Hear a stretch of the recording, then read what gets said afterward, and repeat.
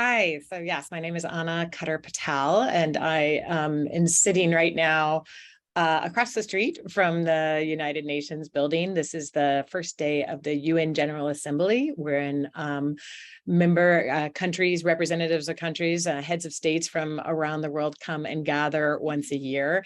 And not only is there the main agenda, which is usually just reserved for state representatives, country representatives, but hundreds of side events, which is mostly what I'm involved in, from different kinds of organizations, non-profits, the civil society organizations coming together, often with country representatives and talking about big issues. So I have, I think, two enduring professional affiliations and sort of identities. And one is as a returned Peace Corps volunteer. In the early 90s, I was a Peace Corps volunteer in the Dominican Republic. And that experience really shaped and formed, I believe, the rest of my life, and a commitment to both service and a deep curiosity about the world and a love of different languages and dances and food that has continued to be lifelong. I think I feel like I spent the first sort of 15 years after that always meeting and finding Peace Corps volunteers in the strangest places, at dinner parties, but also in different parts of the world and on airplanes. And now I found another home, which is actually a way for Peace Corps volunteers, I think, in many ways, to find communities that are also deeply curious and committed to global cooperation and to understanding others, and that is Rotary. In 2016, because of Peter Kyle, I always like to say that because it truly was he who urged me forward. I became a Rotary Peace Fellow by joining their one of their professional development certificate program at the University of Chulalongkorn in Bangkok, Thailand. And I think since the Peace Corps, that was my most international and global learning experience. And I have a master's degree in international affairs, but still, this was the experience with, it was 22 different fellows from around the world. I was one of 2 Americans, and both of us were returned Peace Corps volunteers. So again, you see that the connection is very strong, I think, between Rotary and the Peace Corps.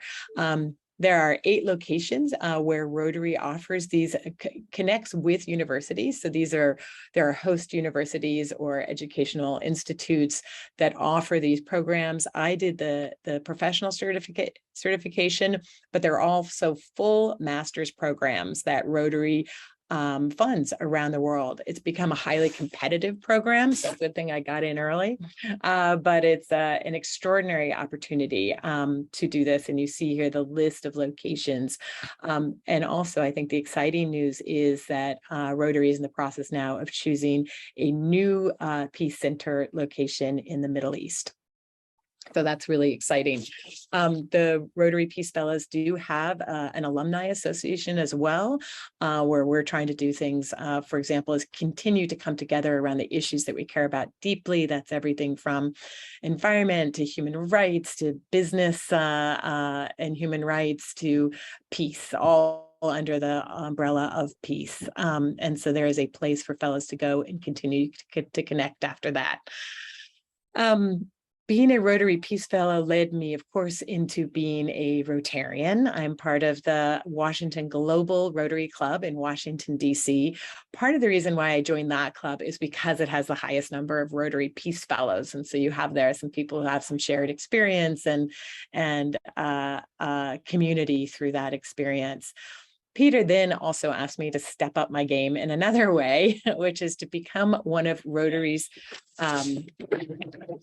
unofficial, or official, as we can say, diplomats. So Rotary has a system of Rotarians who actually offer service and spend time in, I'm actually looking for my little sheet here, who who spend time as representatives to multilateral organizations in the UN. Rotary has representatives at the World Health Organization, at the Organization for American States, at UNICEF, at the UN, at UN Women, at the Commonwealth of Europe, any number of multilateral, including, I think, the World Bank. I'll have to think of some more names, but pretty much a huge number of multilateral organizations around the world. And we both represent Rotary's interests in those organizations, as well as bring back the work of those organizations to the Rotary community in a variety of ways. I have the great honor of being the first Rotary representative to UN Women, which is the United Nations entity focusing on gender equality and women's empowerment. So that's a really exciting opportunity for me and for others. Just one last thing, which is to talk about ways in which Kim asked me to think about ways in which Rotary and Peace Corps can continue to connect with each other. And I think what's really interesting is you have Rotary clubs all over the world who have wonderful speakers programs. I know I get to hear a variety of extraordinary speakers through my Rotary club, and finding the Peace Corps volunteers that are nearby, interactions between the Rotary Peace Fellows and returned Peace Corps volunteers who are in your community, in your locale, in your city is one way just to continue to learn. You have Peace Corps volunteers who've lived for 2.5 or more years in a country situation, some of them very critical to what's happening in the world today. And it's an opportunity for Rotarians to hear more about that place. I think there are also opportunities for returned Peace Corps volunteers to be a part of peace projects in communities and peace conferences.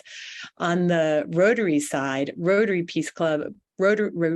clubs can become Rotary peace building clubs. They do that through their through the RAP, through the Rotary Action Group for Peace.